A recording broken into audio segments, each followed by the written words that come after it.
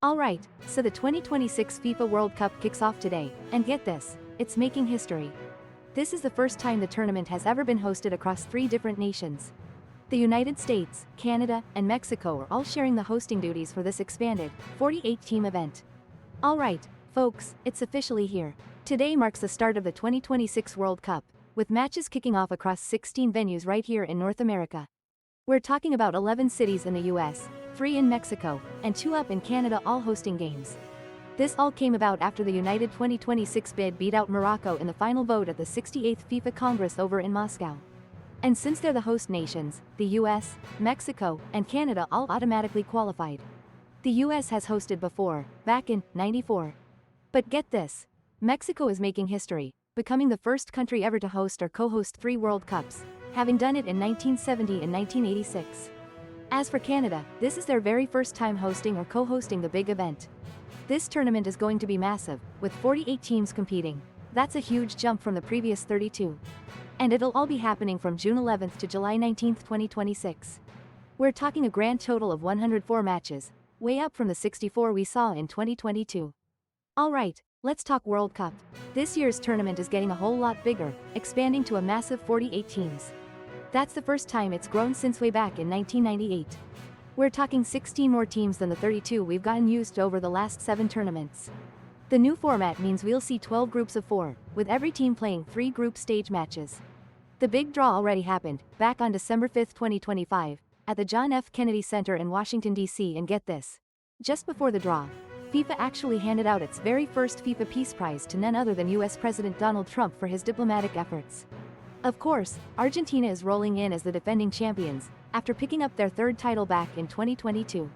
We've also got some exciting new teams making their World Cup debut: Cape Verde, Curaçao, Jordan, and Uzbekistan, all of them hitting the big stage for the very first time. And finally, after the 2022 Qatar tournament was held in November and December, this 2026 edition is bringing the World Cup back to its traditional Northern Hemisphere summer schedule. Get ready for some summer football. Alright, so this expanded format? Yeah, it's already drawing some serious flack from player unions and coaches. They're pretty worried about the workload and, of course, the risk of more injuries. For example, the Professional Footballers Association has come out and said, look, with 48 teams, that means way more matches, a super packed schedule, and players are just going to be totally wiped out. And critics are also chiming in, saying it's going to water down the competition by letting in, well, some lower ranked nations. But FIFA, on the flip side, says, no. This is all about global inclusivity and helping the game grow in those up and coming football nations. Now, money-wise, this tournament is expected to be a massive earner. We're talking $11 billion in economic impact for North America, with a whopping 5 million visitors heading there. And after all the action, they've got legacy programs lined up, focusing on youth soccer and making sure those stadiums get put to good use. The qualification routes? Those are all locked in by 2025, and get this, they're even trying out a brand new intercontinental playoff format in 2024. As for players, clubs have to release them by May 25, 2026, that's just a day after the final club matches. The only exceptions are for players whose teams are in continental finals. They might get to stay until May 30th. Mexico's role as a co-host? That's actually a pretty historic moment.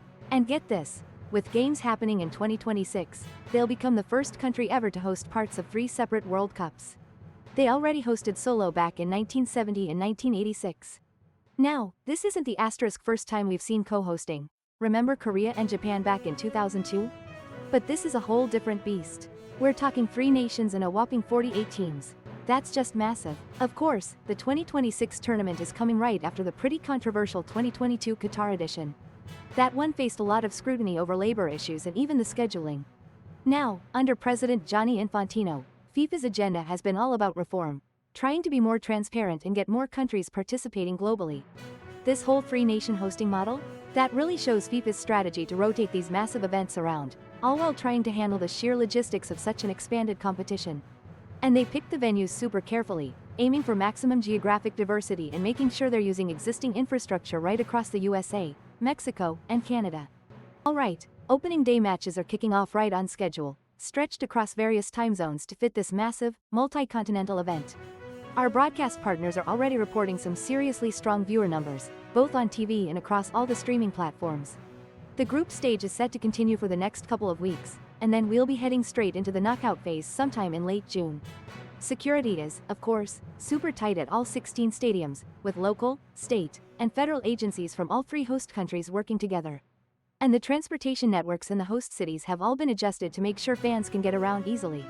Officials are confirming that all the stadiums meet FIFA's latest standards for accessibility, sustainability, and all the tech. As the tournament really gets going, the focus will naturally shift to how teams are performing, who might pull off an upset, and who's on that path to the big final on July 19th. And get this, the expanded format means we'll see more teams making it to the knockout stage than ever before, which totally changes the usual World Cup dynamic.